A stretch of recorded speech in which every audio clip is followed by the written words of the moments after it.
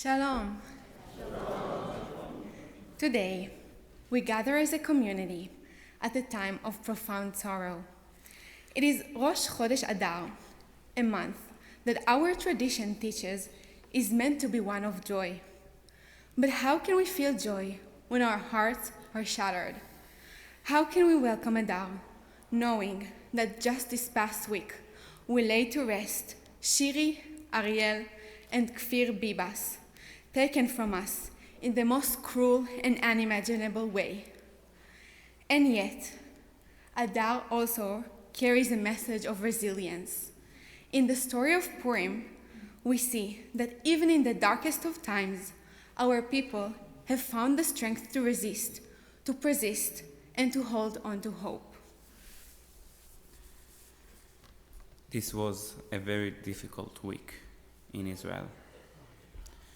The Bibas family we were supposed to come back home alive, but they returned as lifeless bodies. It is a tragedy that shakes us to our core. Every hostage should have come home, not today, not tomorrow, but yesterday. Every single moment that passes is another moment that is stolen from them and their families. And yet, instead of bringing them all back alive, we are forced to witness cruelty beyond words. There was something interesting that caught people's attention when the coffins were displayed and mocked. Some of the terrorists who escorted the return of the hostages' bodies wore different colored headbands. At first, it might not have meant much for those watching, but let me explain to you what these colors represent. You all probably know the green headband, that is Hamas, but there were others.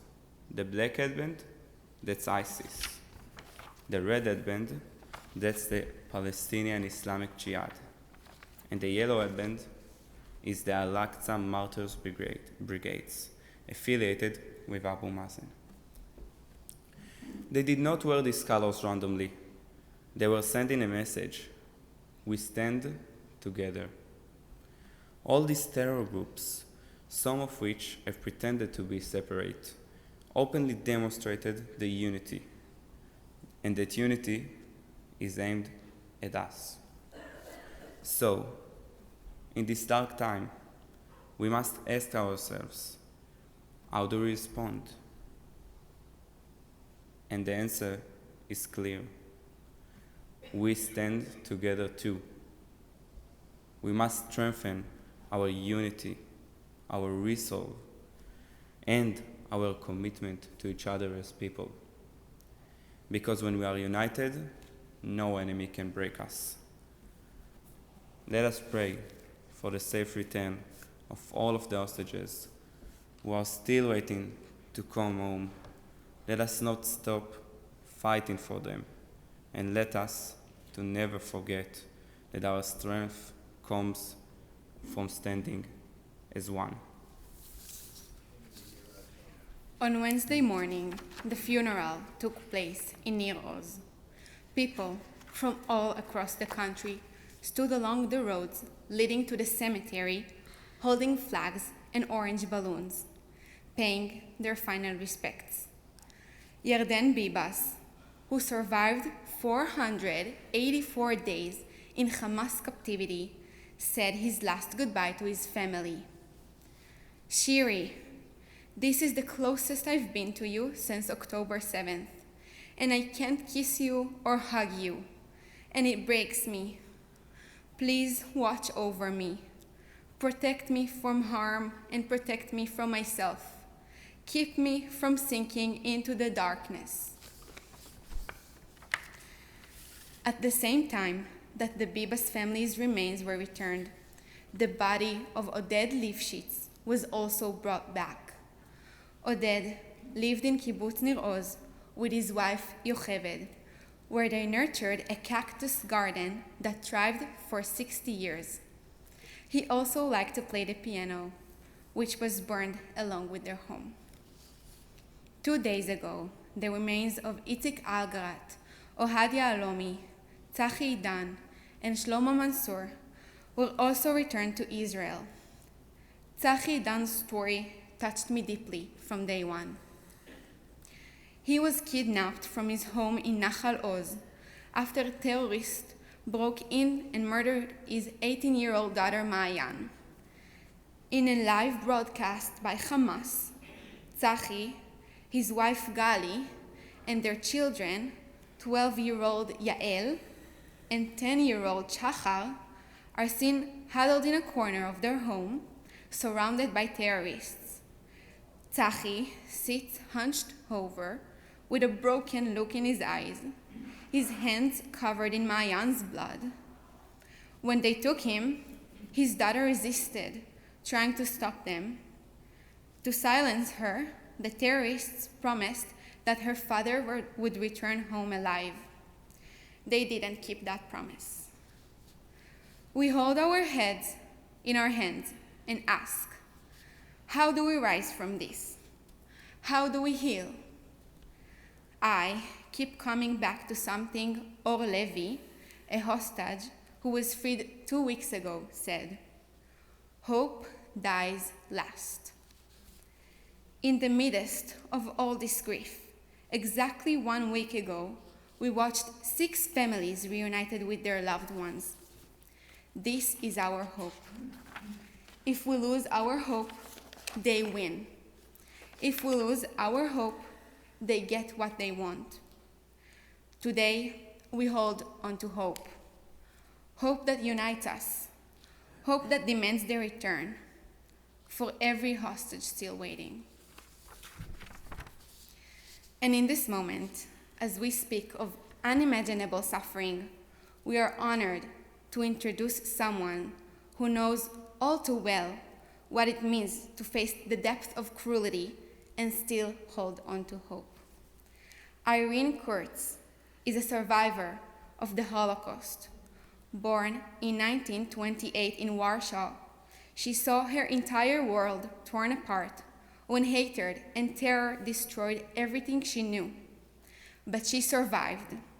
She survived to tell her story, to bear witness, to remind us that even when evil rises, the Jewish people endure. Irene, we are so honored to have you here as we face the pain of today, as we fight for the return of our people. Your story reminds us that our history is one of resilience,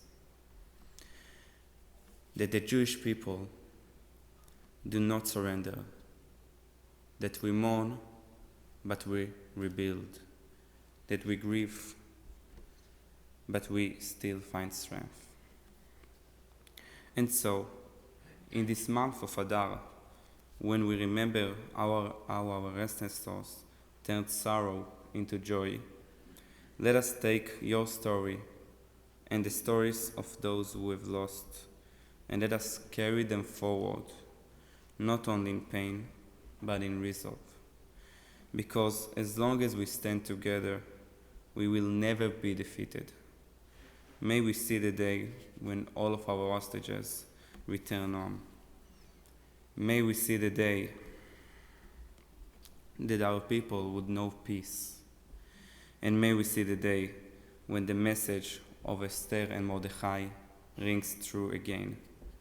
ליהודים הייתה אורה ושמחה וששון ועיקר. No matter how dark the night is, our people will have light, joy, and gladness, and honor. Shabbat Shalom. So, thank you for coming today. It's a real honor for me to be able to be up here with Irene. I'm very fortunate that I met Irene about 9 years ago as an iRide driver for Circle Care, and I've been taking her to doctor's appointments and programs and so on for a long time, and we got to be friends. she started to tell me about her past in Poland. And my family was also, my parents were also immigrants from Poland. And then she told me about this trip that she goes on every year called the Living Legacy Experience. And it's a trip back to Poland that she takes. She has been taking twice a year. She's hoping to go again this May. I believe it's May the 18th. It's a week long. And she goes back to the camps where she was, one of the camps in particular, where she was incarcerated with the group. We actually went and visited 5 camps last May along with Barbara Levitt, and I'm really glad to welcome Barbara here today to share the experience. Marcia and Sean and Clara were also with us. They're members of the shul. So we went on this trip.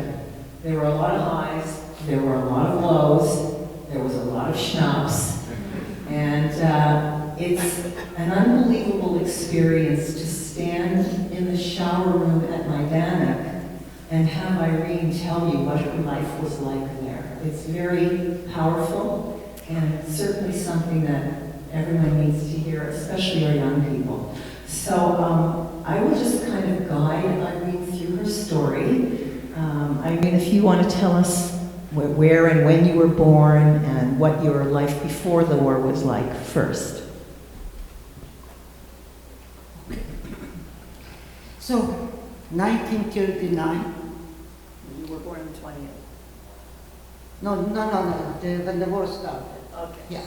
In 1939, at the end, almost by the end of the summer, we were still in the cottage. The kids were playing, and the mothers were sitting, talking, exchanging politics a little bit, what to cook, like ladies talk. And while we were still playing, having fun, young girls, 11 years old, my sister was 9 years old, and all of a sudden my mother came and said, let's go, we have to go change, we have to go back to Warsaw. But Mama, we didn't finish the game yet, we have to wait. No, my mother said, we have to go now. You finish the game another time, I promise you. You finish the game another time. Now we have to hurry up, get rest, and run to the train station. So we did what my mother said. Meantime, while we were getting ready, my mother arranged already a horse and a buggy to take everything back to the city in Warsaw. We ran to the train station, my mother, my little sister, myself, and people were running different directions. People started to get nervous. We didn't know what's happening. Soon we came close to the station. Some soldiers stopped us and said, where are you running? So my mother said, we have to go back to Warsaw. I'm sorry, all the trains are reserved for the military, but my husband might be now on the way to the army. My husband was 41 years old. He said, no, we have no room for the private people. So my sister and I, we start to cry, we want to see my daddy, we want to see my daddy before he goes away. I didn't know even what a war means like it. So he said, okay, quick, go into the station, to the train. Soon we went into the train, nobody was there yet, no soldiers. My sister and I, we sat down, and of course we started to fall around a little bit. My mother was very, very upset, nervous. She told us, your daddy might be on the way to the war and you're starting to fall around. I looked at my mother and my sister and we were quiet. The trip to Warsaw was unbelievable. Most soldiers and everybody was upset. Finally we came to Warsaw. In Warsaw, the panic started already. Finally, we got to our home.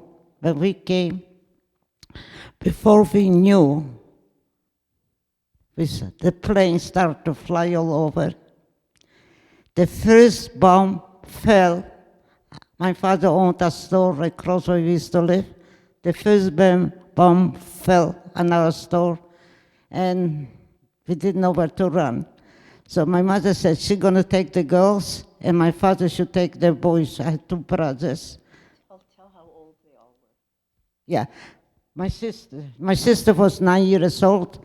My older brother was 13, and my oldest brother was 15. So my father took the boys, and my mother, myself, and my little sister, we were running different directions. The bombs already started to fall. We didn't know where to run, what's happening. And when this happened, Irene was 11. 11 years old, yes.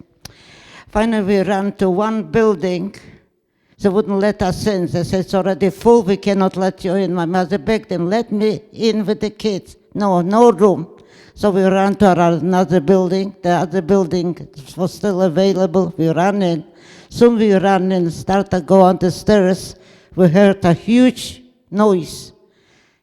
The buildings, they wouldn't let us in, got bombed. So everybody got killed. We stayed there a couple days, back and forth, and it's so very hard to describe you. From one place to being in the country and playing, and here the bombs were falling all over us. It took around 3 weeks till the Poles surrendered and the Germans took over. So my parents went into the apartment to fix up because everything was broken. And we start. In the beginning, already was hard to get anything. Of course, Jewish people weren't allowed to buy anything. The Germans took over, and we thought we're going to get used to it. We got used to it. But like I say, I have only maybe an hour to talk. 6 years. It's hard to describe in 1 hour the situation. We start to get used a little bit, then they decide the ghetto. So they knew exactly, and I'm sure a lot of you people heard about the Warsaw Ghetto. I cannot describe you what happened there. What I'm going to tell you,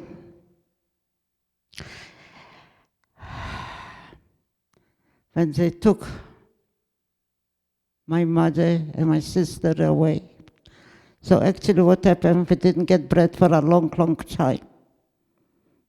It was an announcement on the street, with no telephones, things like that. Everybody should come out from their homes and don't take anything with you. We know you didn't get bread for a long time. We decided to start to give some bread, but we have to know for how many people. I remember my parents were talking, is it a trick? Or maybe they're going to do it, what they say. And if we don't go out, maybe they're going to burn down the buildings anyways. So they decide they go out. They went out, they make 2 lines for thousands and thousands of people. Start to pick the people to send away. At that time, we didn't know where to. And in the 2 lines, so my mother was standing on the left side with my little, My mother was standing at the left side with my little sister behind her. I was on the right side, my father, and then myself. When it came to us, my mother, it's a long story. They took my mother, then they came to the other side where my father was standing on the right side, came back to my mother, the left side here, and myself and my sister. Anyway, they took my mother and my sister. While my mother was standing, she saw I'm going to stay, so she wanted to make sure I'm going to run after her, because before they were talking. So she told us, if they're going to take me, don't run after me. But if they're going to take you, I'm going to run after you. So my mother was still nervous if I'm going to run after her. So she was going to give me a signal. So the German kicked her because she was holding up the line. And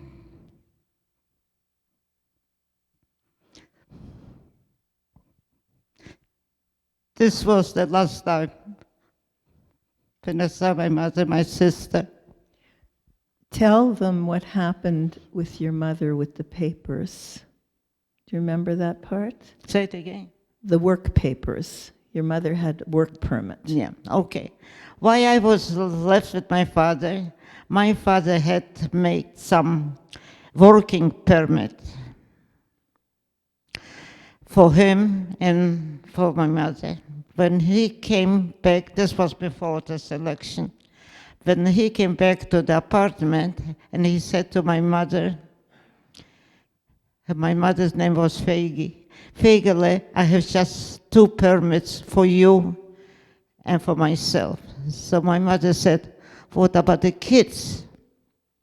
So my father said, no way he would do it for 4. He just couldn't. We didn't talk about the way he paid them or not. This till now I don't know. But he said he won't do it. He cannot do it more than 2. So my mother said to my father, if they're going to take the kids, I'm going to run after them anyways, so what's the use to have the paper? So how about if you go back and changed, instead my name, put Yita. My name was Yita. But he said, Fegele, she's only a little girl. How could she have a working permit? Then my mother turned to me and she said, from today on, you are 2 years older. And you have to promise to keep your promise. Nobody should know except you and I. You are 2 years older. And my father said, okay, I'll go back, I will try. He came back, he said, yes, he was nice enough, and he changed your name. My mother's name was Fegi, he put Yita. And that's why I had the working perm. Because I had a selection, I had a piece of paper. So actually my mother gave me life twice when I was born, and then she gave her life to save my life. And where were your brothers? When the war broke out, so my brother was 13, and one was, well, he wasn't even 13 because I don't remember his bar mitzvah. But anyways, the older brother was 15, so they ran away to Russia. And my older brother survived the war. My both brothers, when they came after the war, we got to meet. And so he told me, we asked Dad to come run away with us. So, but my father said, where am I going to run with 2 little girls? So that's why nobody ran away. Only my 2 brothers, thank God, they survived. One brother died a couple years ago. One brother still lives in Israel. And he's over 100. Irene Kinei celebrated her 97th birthday a few weeks ago. All the years, it doesn't go by one day. I shouldn't miss my mother and my sister. At the end, my father, the same thing. They took my father. But with my mother, I still see her when they took her away and how he kicked her. So in the beginning, we thought that taking them to work. I used to run to the post office every day to look for a mail. But at that time, we didn't know what. Later on, we did find out. So Irene, you were left with your father. What happened to you and your father? Yeah, I was with my father till 1943, till the end of Pesach. Tell them about Pesach in 1942. What happened? Okay, in 1942, we were most of the time, yeah. Should I talk? Yeah. In 1942, I was with my father.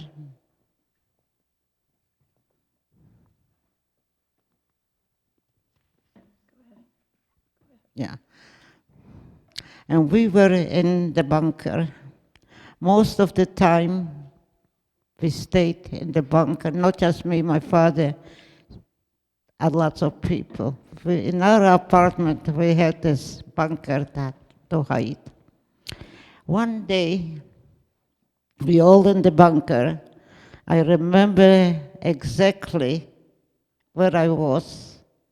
And my father said to the people, tonight would be the first Seder.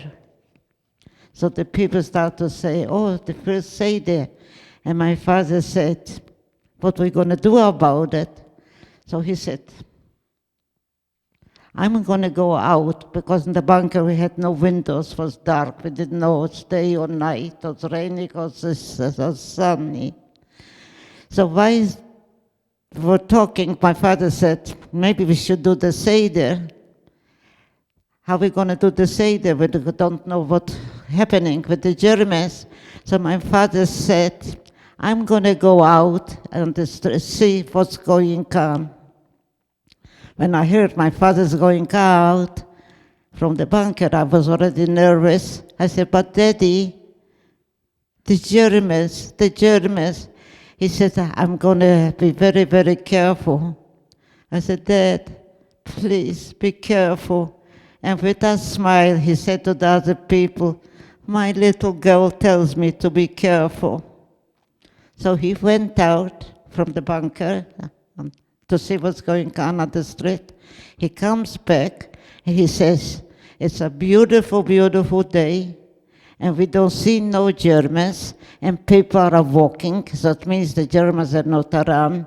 Let's do the Seder. So everybody was very, very excited. But what was going to prepare for a Seder? We hardly had anything. So everybody said, whatever we find something, a crumb, whatever, we're going to do the Seder. We went upstairs, and one lady said, I still have a little bit of matzah meal, but I have no ingredients. So I said to her, you mix the matzah meal with water. If it's going to fall apart, we're going to use it as a soup. I still, all those years, remember this one man said, we're going to have a little bit of soup tonight. We're going to have a little bit of soup tonight. Okay. So we went upstairs, like our upstairs, and my father said to me, let's decorate the table when Mama was here, because he knew a night before the Seder how I helped my mother with the wine glasses for Passover. He said, let's do it. And my mother had bought a beautiful, beautiful tablecloth before the war for Pesach. He said, let's find a tablecloth and let's serve it like Mama would be here. And I was very, very excited. And I get a little bit so uptight.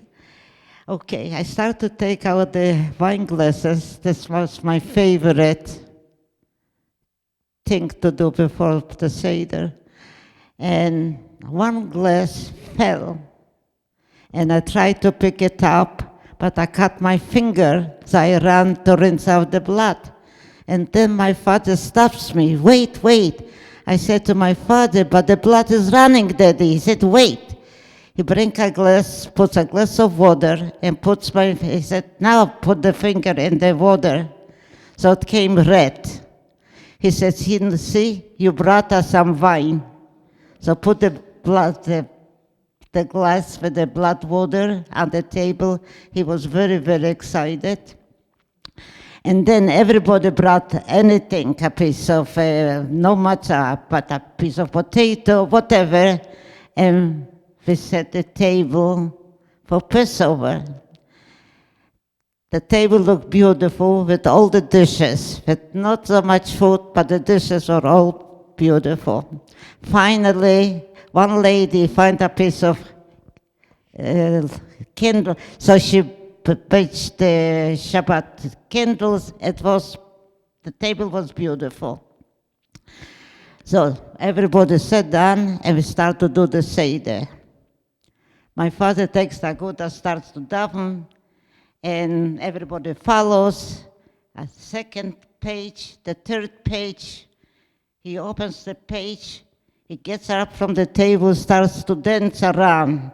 It's a miracle, it's a miracle, it's a miracle, dance around, dance around. I said, Daddy, let's do the Seder. And then I opened the door, and Noah will come, and then he's going to bring us the miracle. But they didn't stop. He danced around the table, a miracle, a miracle. Everybody looks at each other. He's going crazy. What is the miracle?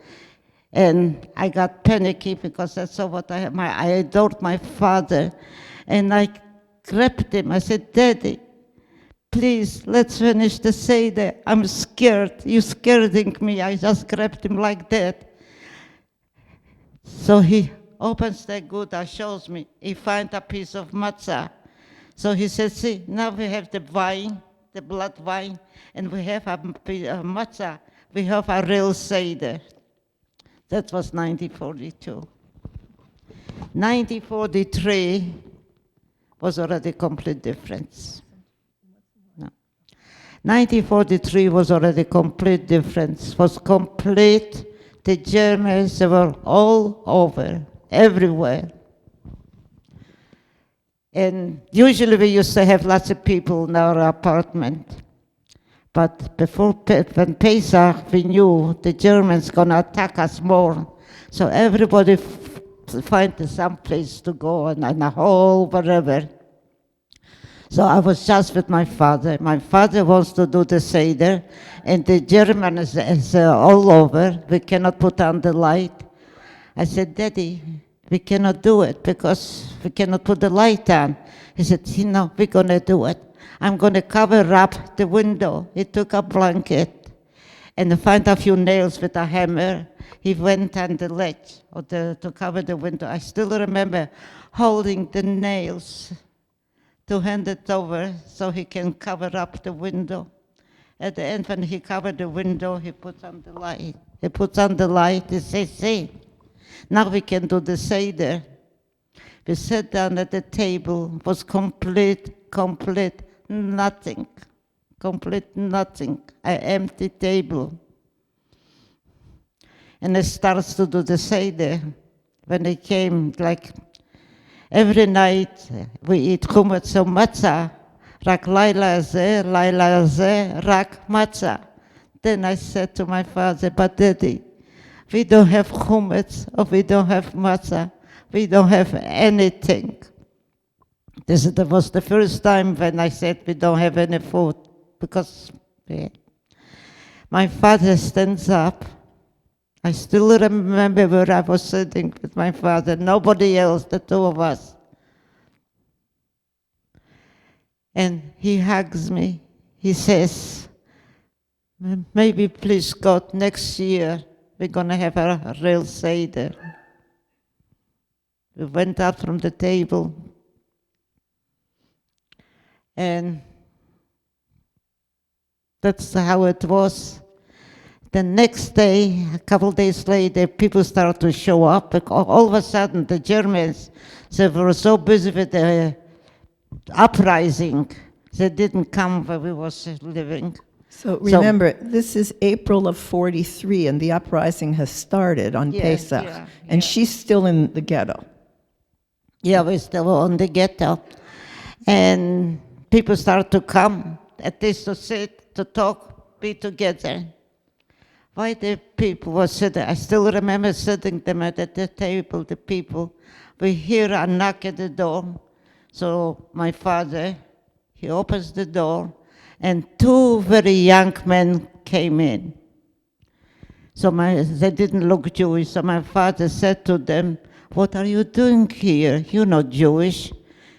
No, he said, "You don't look Jewish." So they said, "We might not look Jewish, but we have a Jewish muzzle." And he looks around, they look around, and they see the people sitting at the table. When I talk now, I see those people sitting at the table talking, and he turns to them and says, "Do you have anything to eat?" The one man says, "Eat. We don't forgot about eat. We have nothing for weeks." Then the two young men turn to me and says, "Tell me, give me the biggest knife what you have."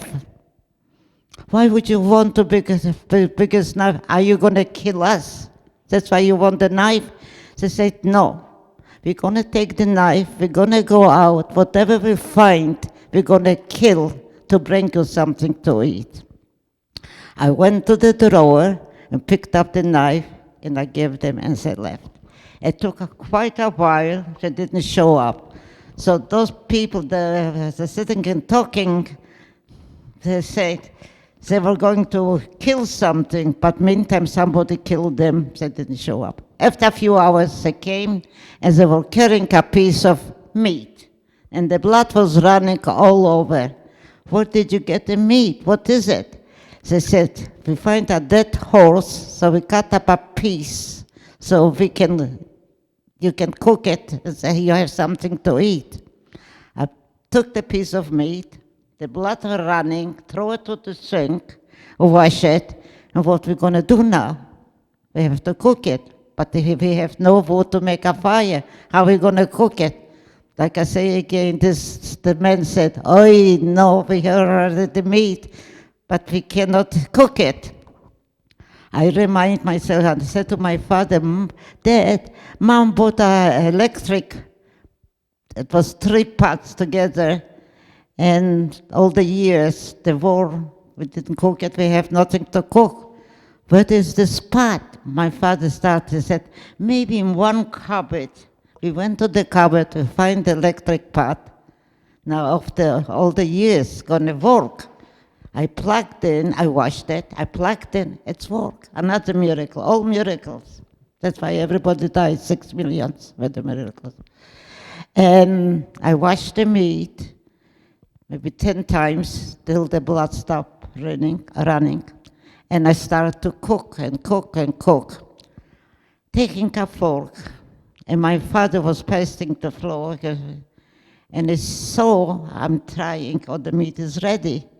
He said to me, "Is the meat ready already?" I said, "No, maybe another 20 minutes. And he didn't know it's a horse meat. So he said to me, "It cooks like a horse." But everybody started laughing, and if my father, even he would die, he wouldn't eat, but it wasn't kosher. Anyways, I hold the fork, and we had a lady with 2 little kids in our apartment.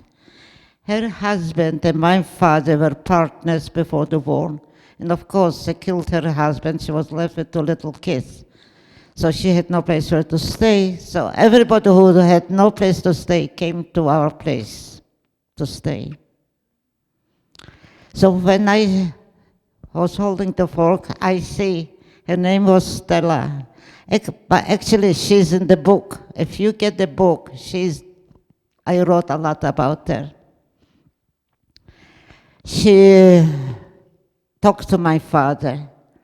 And I said, "Why is she talking to my father?" I went over, and she tells him, the situation got very, very worse. He said, "I know, but he wouldn't talk about it to upset me." He said, "I know."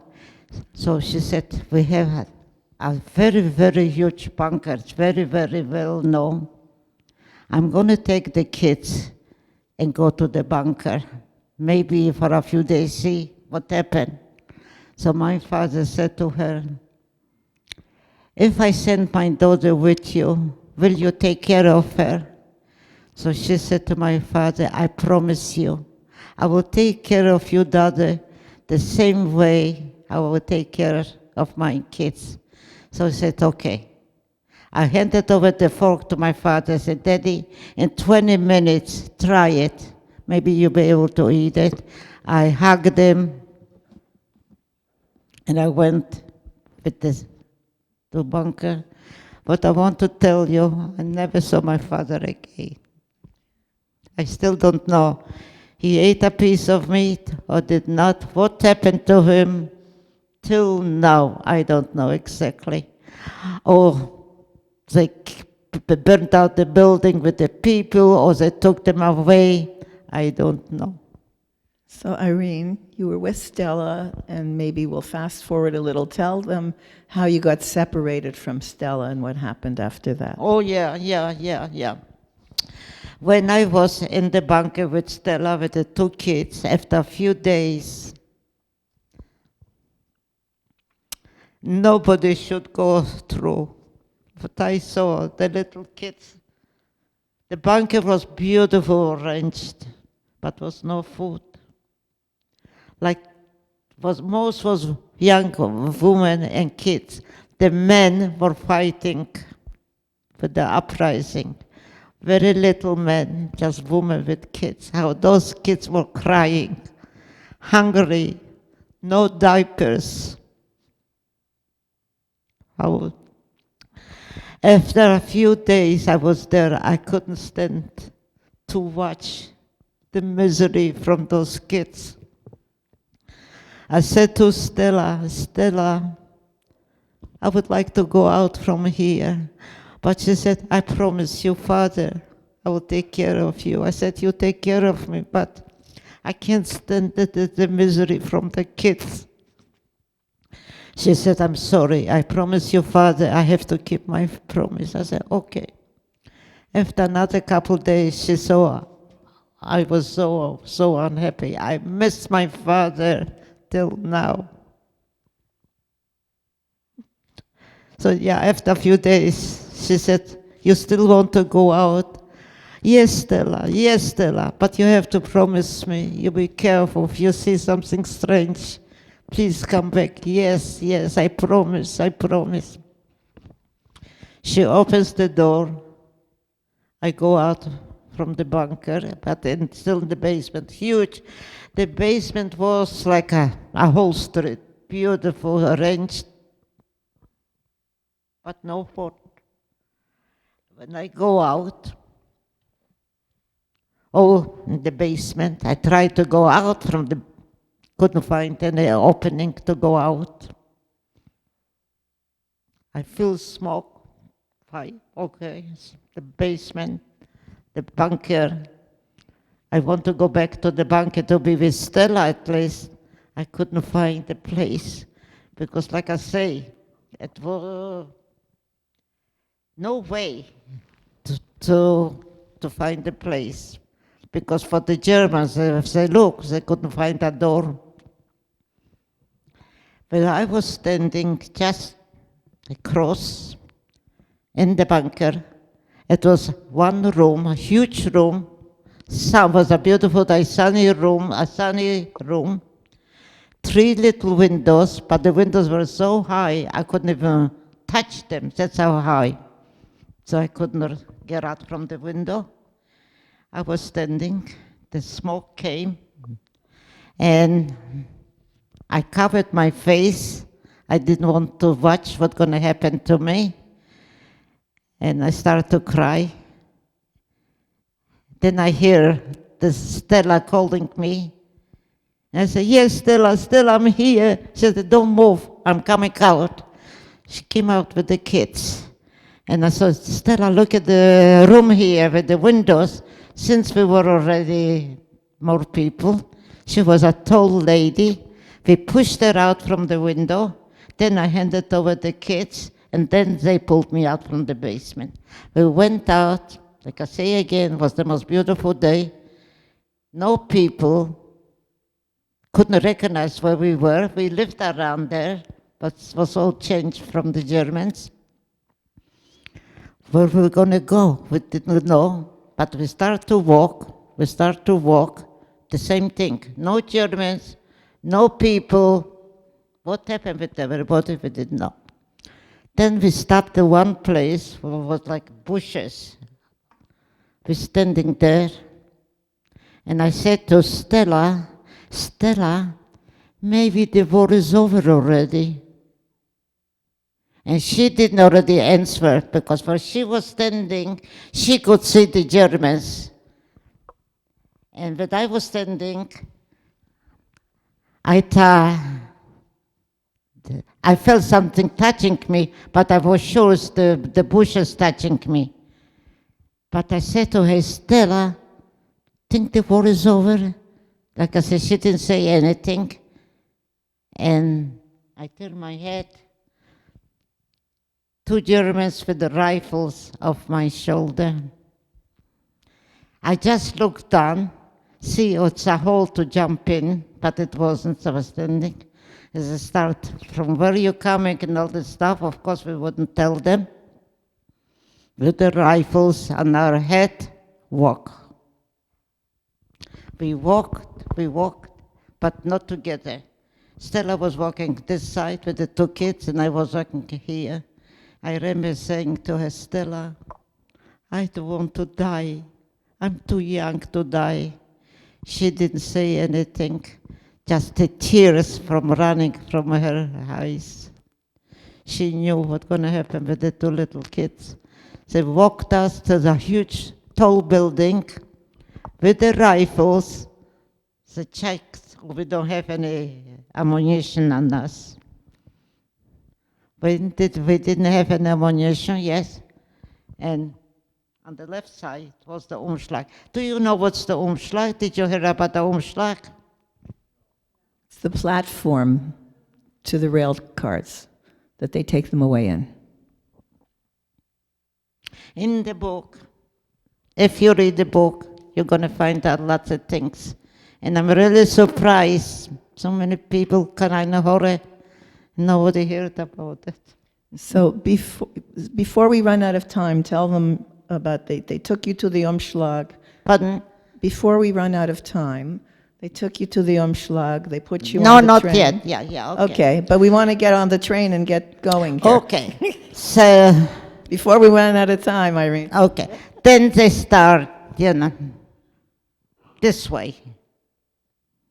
We walked straight to the Umschlag. And it just so happened, I was brought up there, across the Umschlag we used to live. But it was changed so much I couldn't recognize anything, complete nothing.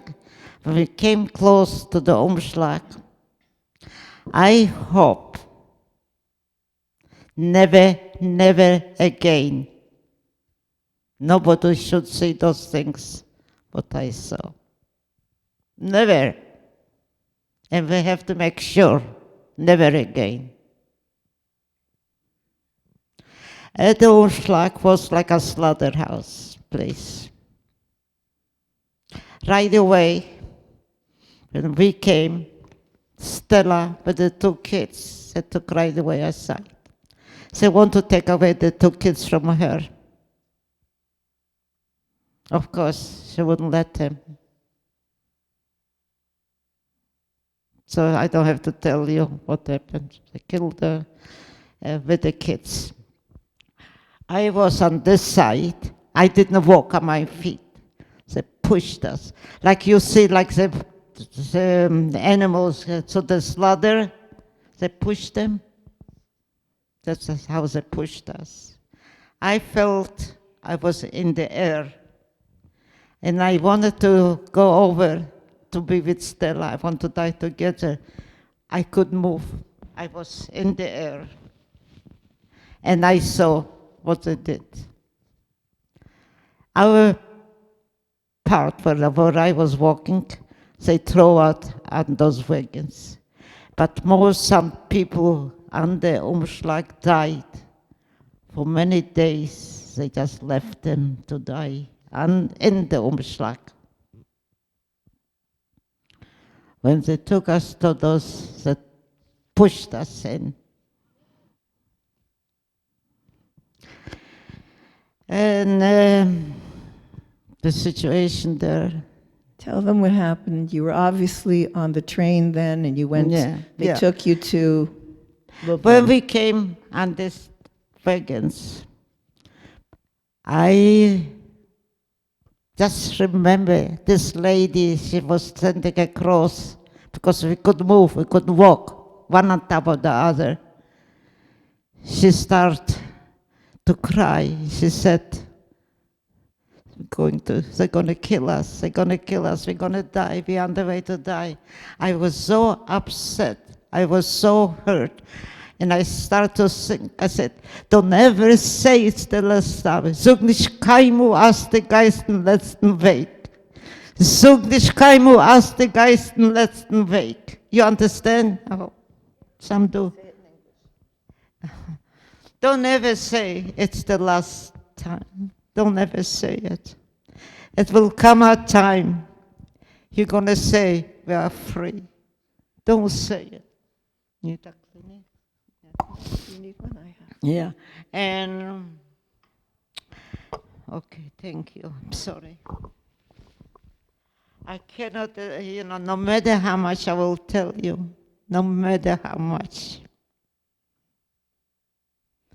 There was one lady with a 9-month-old baby. I met her in the bunker.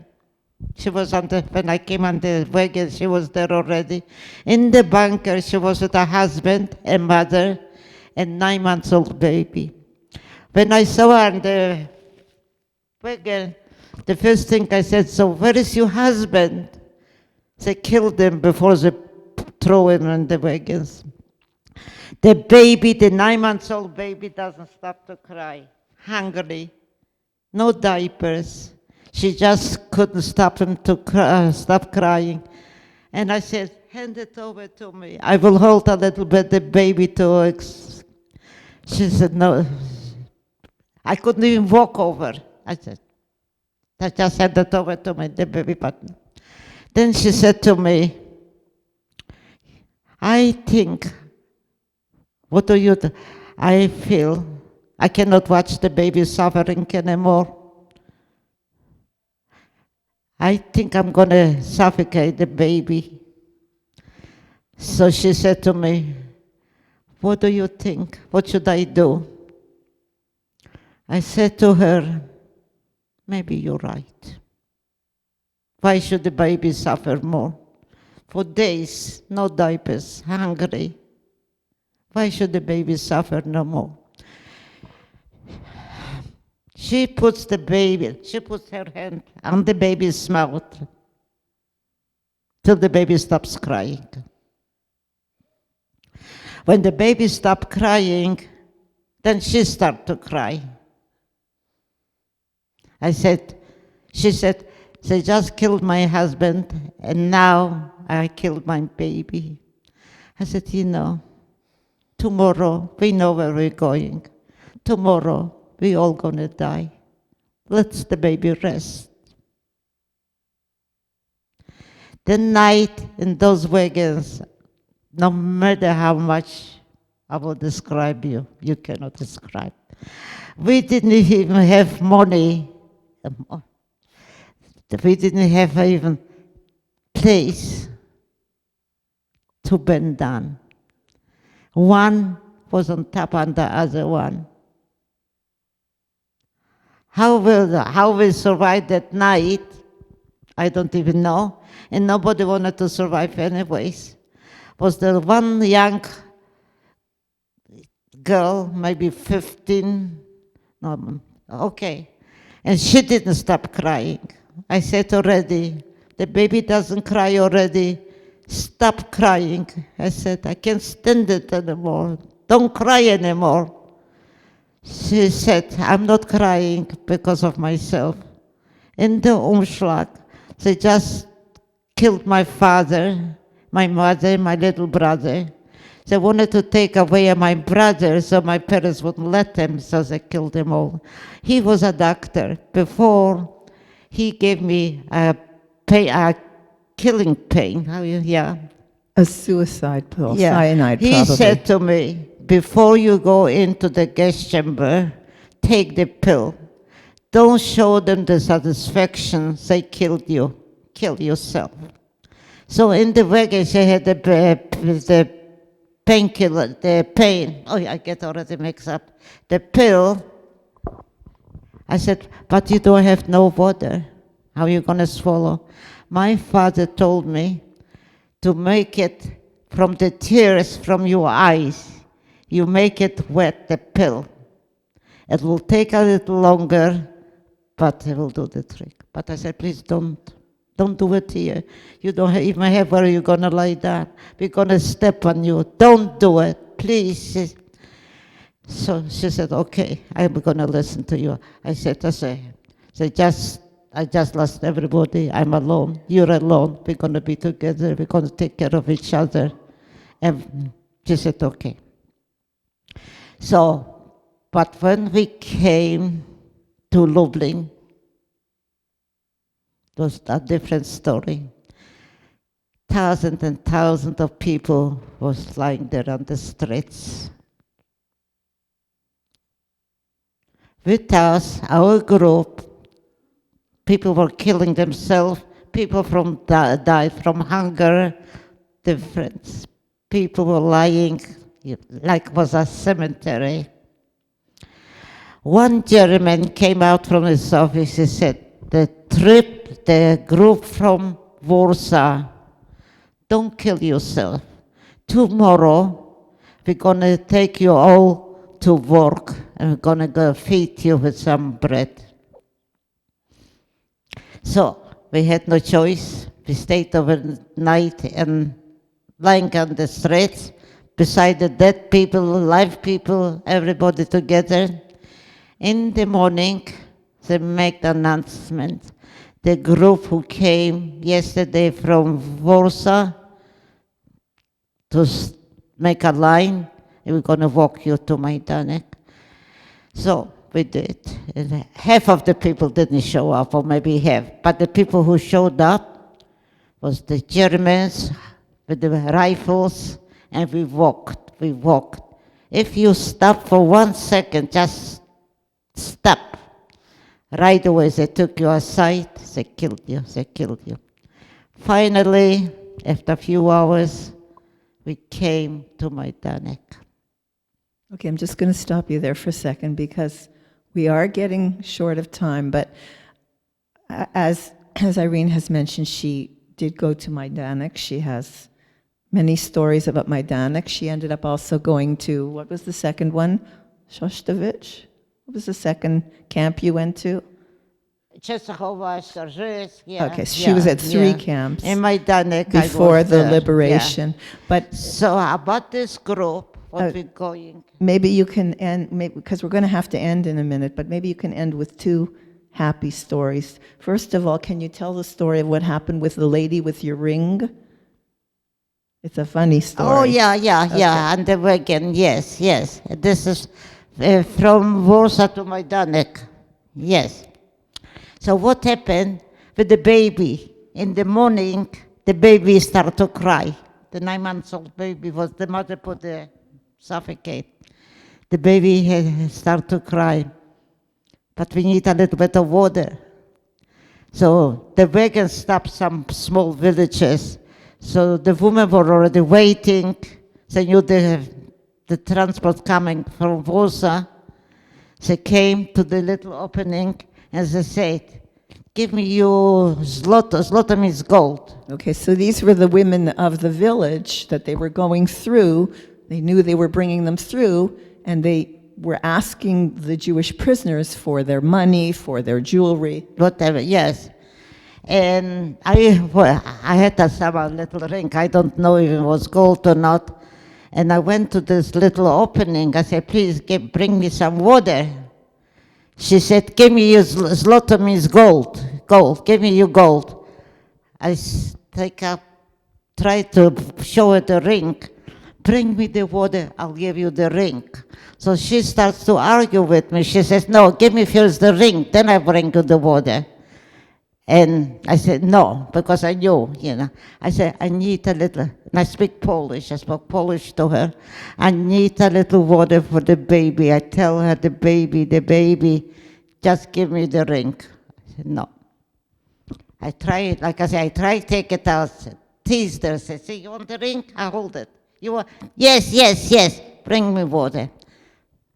She wanted the ring so badly, she went aside, she urinated, and she was so stupid, she didn't make sure I don't see it. And she said, now give me the ring, I have the water for you. I said, no, give me first the water. No, you gave me the ring. She argued with me. I said, no, because then she handed it over, and I threw it in her face. I said, this is the ring. So she took the water and threw it back in her face. Yeah. I know Irene could go on for another hour with all of the stories, but before we tie it up, and if you want to read her book, it's called The Sound of the Whistle. There are copies at the office here that you can get after Shabbat for $25 cash. The money, there was a mistake. I made the mistake, actually, in the money shma. The money actually, Irene designates where it goes. She doesn't take any of it, and she usually gives it back to the IDF for whatever they want to use it for. Also, there will be another trip. I usually like to send for the Israel soldiers. Yeah. There will be another Living Legacy Experience trip in May, if anyone's interested. She's hoping to go again. And also, I just found out yesterday that she's going to be on the runway at the Canada-Israel Fashion Blooms show. And if anyone wants to go to that on April 3rd. But the one thing that I want The one thing I want Irene to finish, she always loved clothes.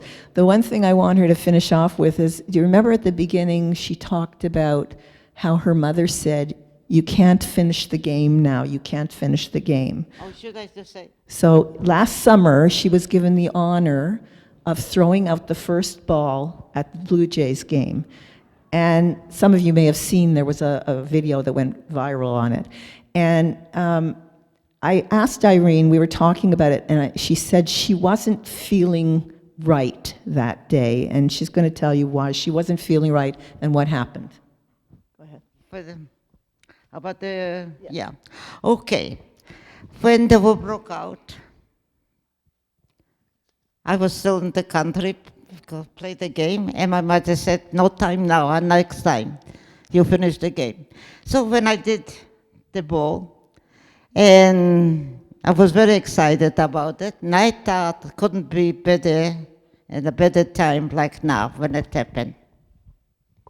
We needed a little pickup, and it came on time. And people stopped me on the street everywhere, and they, congratulate me, and how happy you should be, you did so good.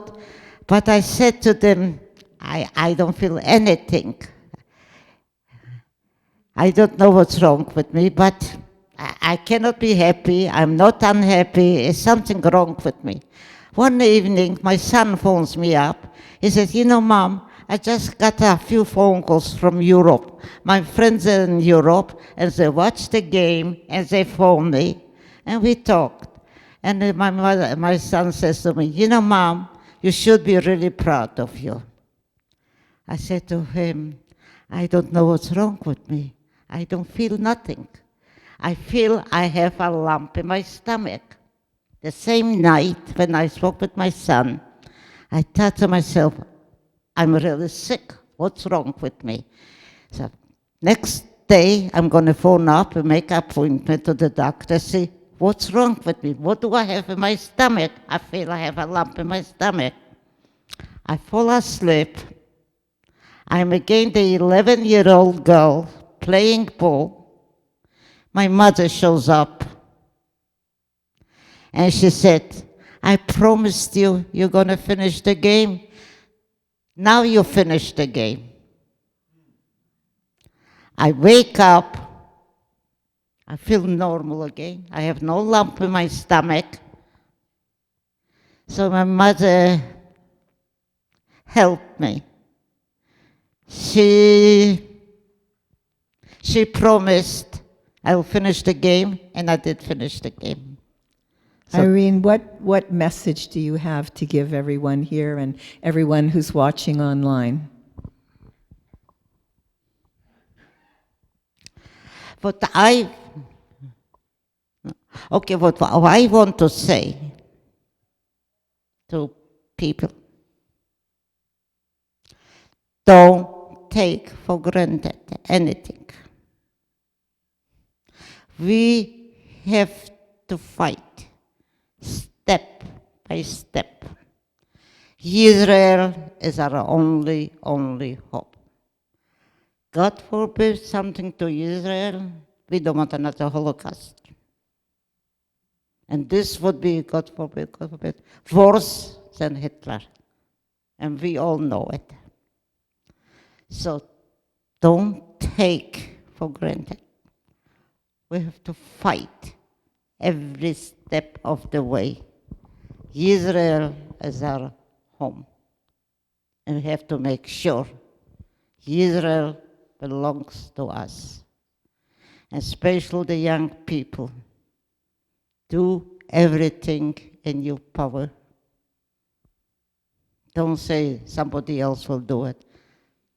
Everybody has to have part in it and do it.